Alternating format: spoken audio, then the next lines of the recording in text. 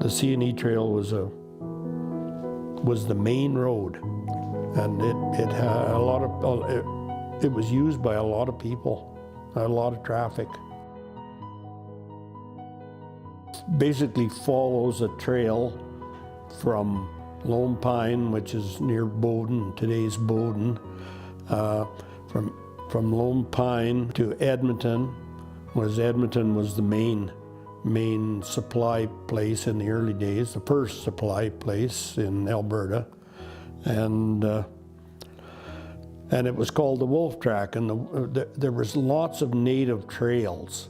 They went all over the country, but the Wolf Track mainly came from Edmonton south to the Red Deer Crossing.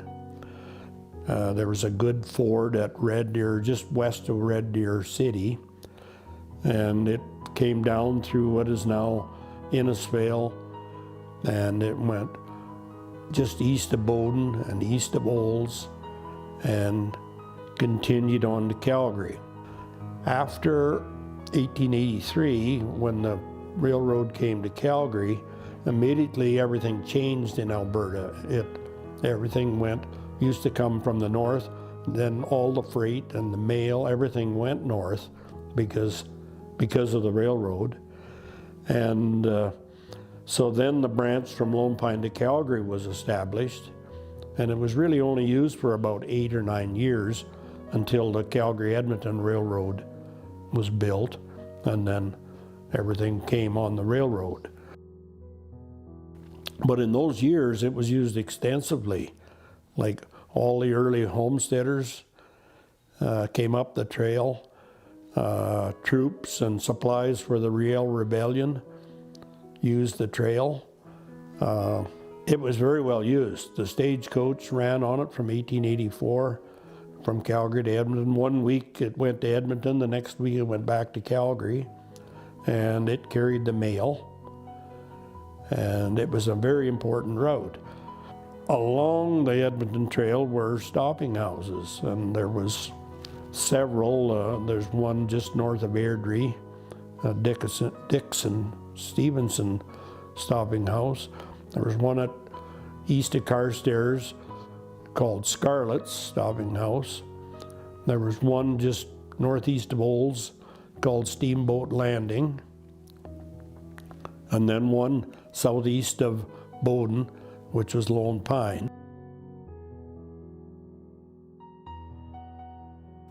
They offered food and lodging, I guess, and it was pretty crude to today's standards, but from Lone Pine south there was very little wood, so it was pretty tough traveling. It wasn't very user-friendly, the old trails. So, and those places had you would usually get a meal of some kind and a place to sleep. And if it was cold, everybody slept inside. If it wasn't cold, I guess a lot of people slept outside or under the wagon or in a tent.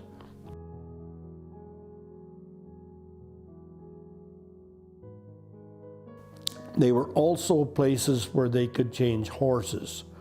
And I know that Lone Pine had a huge big corral, because when I was young, an old timer took me down there, and you could see in the outline of where the corral had been. And so they kept horses there so they could trade fresh horses to carry on up the trail or down the trail. So the only town really is Innisfail that is basically right on the trail. I'm not so sure about further north of the river because I don't know, but I know it goes almost right through Lacombe, and I would guess maybe Ponoka too, but somewhere up between Black Falls and Lacombe there's a sign that says C&E Trail.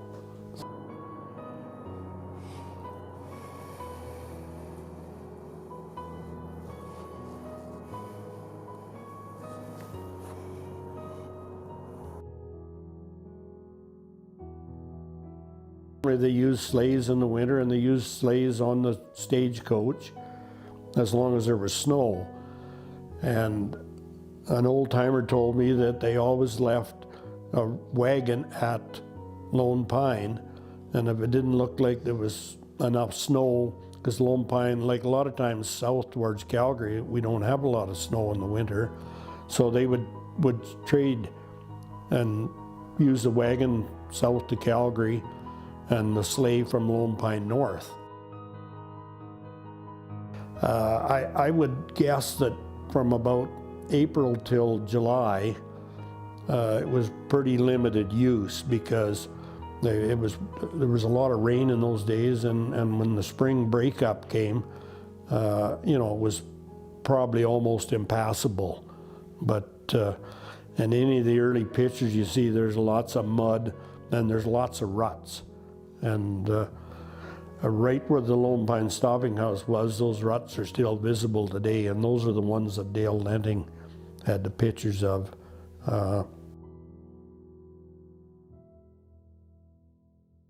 From summer till the next spring, it was used extensively, and if the trail got too bad or too rutty, they would just move over and find a new spot that was a little solider.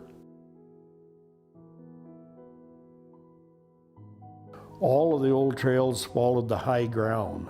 Like, they wandered around because they stayed basically on the hilltops or on higher ground. And that's noticeable even today between Innisfail and Red Deer.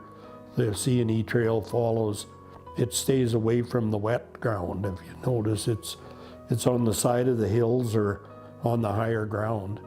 And it's that way all the way south. The land was surveyed very early, like right after the fur traders in Western Canada. There were surveyors, and the first surveyors put in township lines. Like, they didn't do sections as such, but they mapped out the country, and I think they picked out the better land, because they would survey a chunk like just around Olds, and north and west of Olds is really good land, and it was surveyed really early. West of Innisfail, where the old Sinclair house come from, was surveyed really early. And because the government wanted homesteaders, and so they advertised in Ontario and in the States and for homesteaders to come and get basically free land.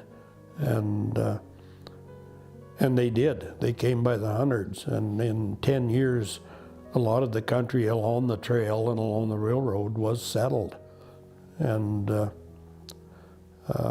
But there was no such, they just followed the trail. They followed the old Indian trails, and there was no maintenance or anything.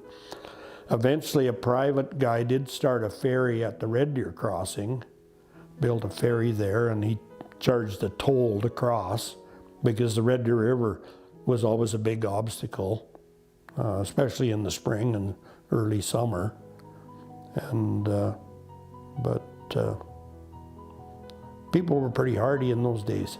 Like, they struck out, with a few groceries and an axe and a gun, and made their way. The stagecoach, they tried to be to Edmonton by Friday. They'd leave early Monday, and Red Deer basically is halfway. So I'm guessing that, and I would guess that probably Lone Pine would have been the end of the second day. I think coming from Calgary. That's about 60 miles, and 30 miles with a wagon is a long day. 25 is more a regular day, but the stagecoach, I'm sure, it was 4 horses, and it was pretty a light wagon. They didn't haul much freight. They hauled passengers and luggage and the mail. So, and a 4-horse outfit, would go a little faster. So, and I'm sure in the winter sometimes when the sleighing was really good, they would trot along and probably made it in, 4.5 days or something, but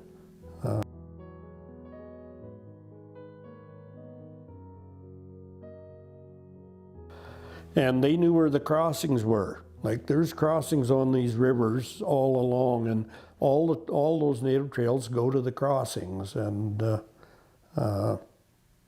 well, it was just hundreds of years of knowing where to go. They created those trails, and because the natives in southern Alberta in the early days traded at Rocky Mountain House, and they also traded at Edmonton. Even the Blackfoot traded at Edmonton.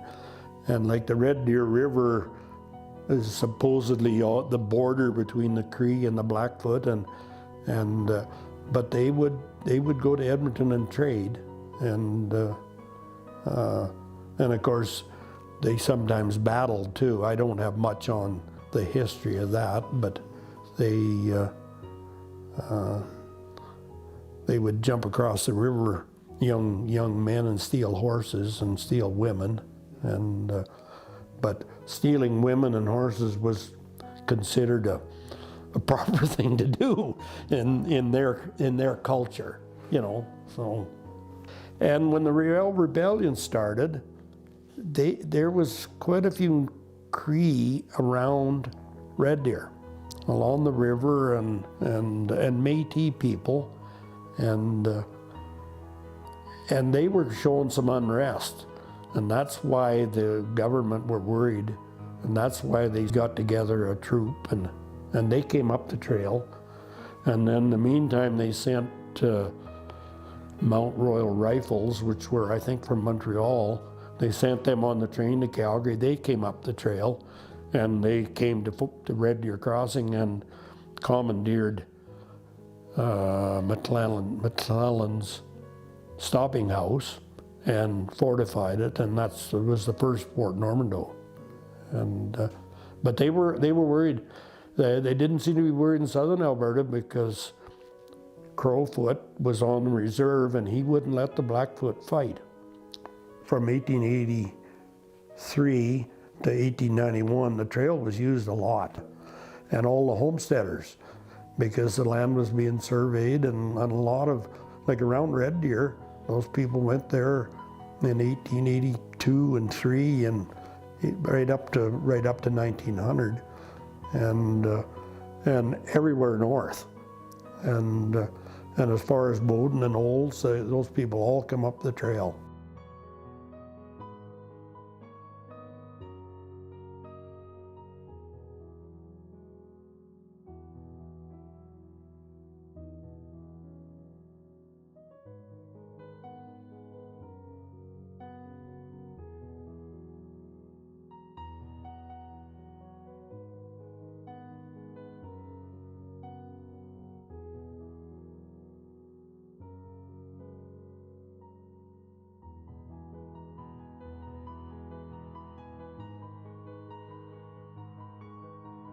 Leonard Gaetz was a Nova Scotian, came from Middle Musquodoboit, Nova Scotia. He had gone into the ministry, and actually was a magnificent orator.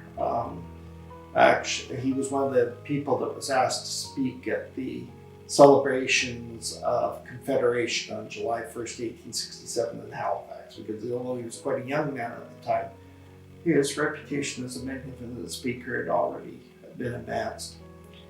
His wife, Carolyn, was a very highly educated person. She had gone to university at a time in which a lot of women did not. So a very highly educated, very bright person. And they had a wonderful partnership. And first of all, a number of small charges or mission fields in Atlantic Canada, but as time went on, he ended up at being at one of the major churches in Montreal, St. James Methodist, which was considered one of the epitomes of a ministerial career.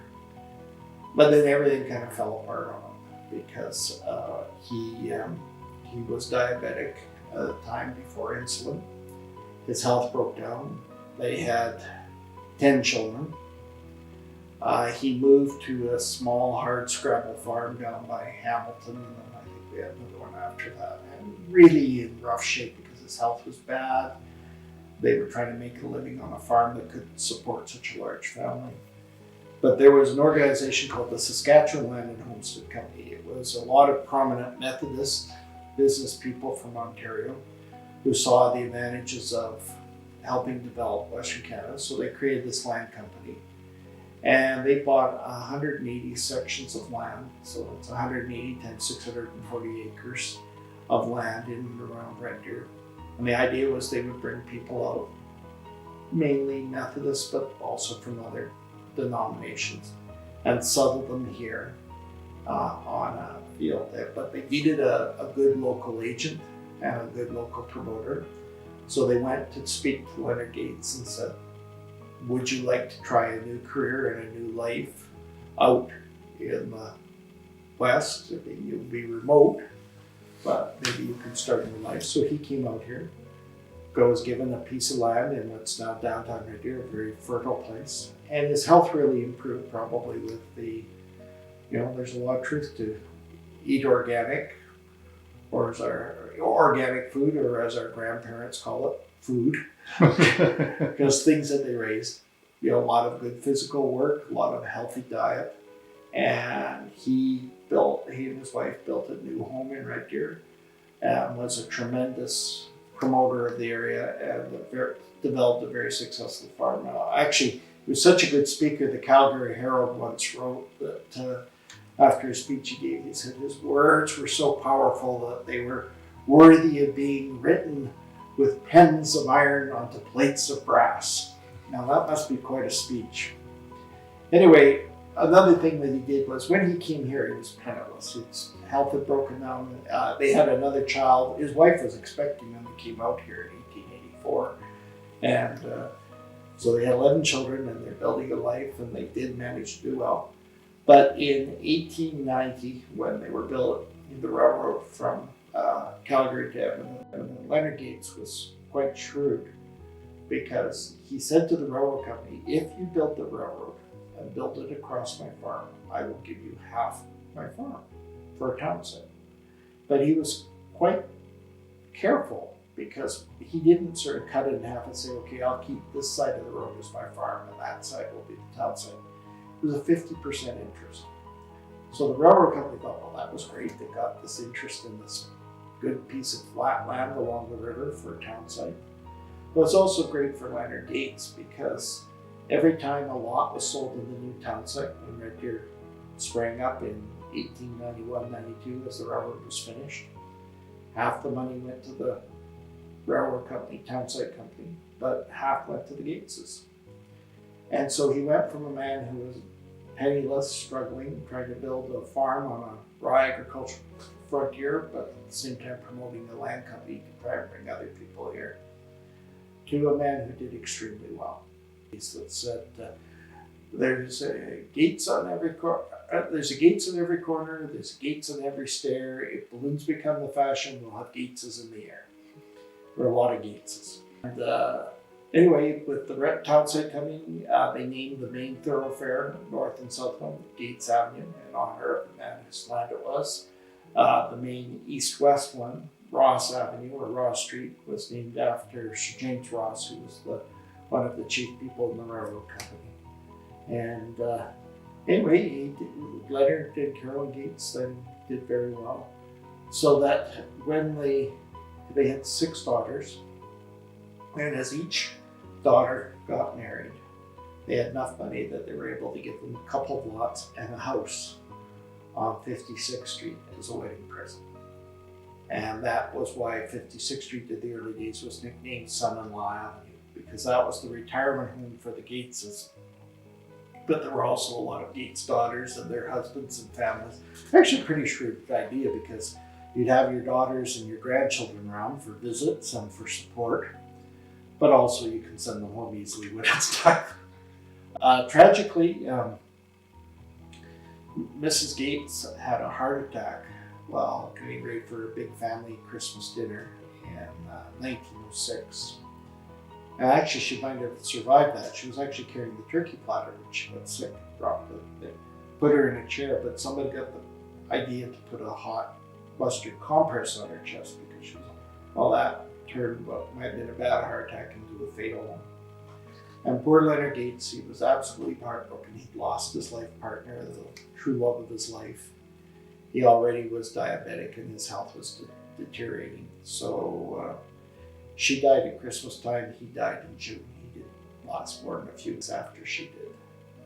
But they left a great legacy. And when they did the sculptures, they unveiled one on the intersection of Ross Street and Gates Avenue, right in the heart of downtown area. It was a picture of Leonard Gaetz sitting